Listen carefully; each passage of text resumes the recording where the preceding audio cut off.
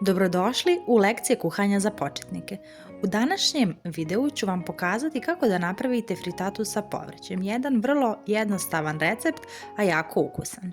Sve što vam je potrebno za ovaj recept jeste da operete 500 g šeri paradajza i stavite u ugrijanu rernu na 160 stepeni da se peče paradajz 10 do 12 minuta. Poslije toga paradajz prebacite u dublju tepsiju. Dodajte 100 g bebi špinata. Preko bebi špinata dodajte još nasjeckanu crvenu papriku.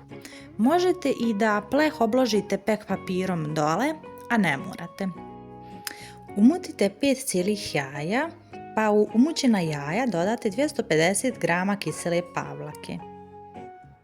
Pavlaku i jaja fino izmiješajte.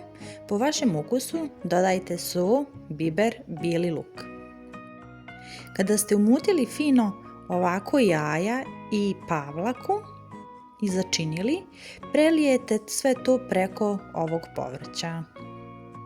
Fritatu pečete u zagrijanoj rerni na 200 stepeni 30 minuta.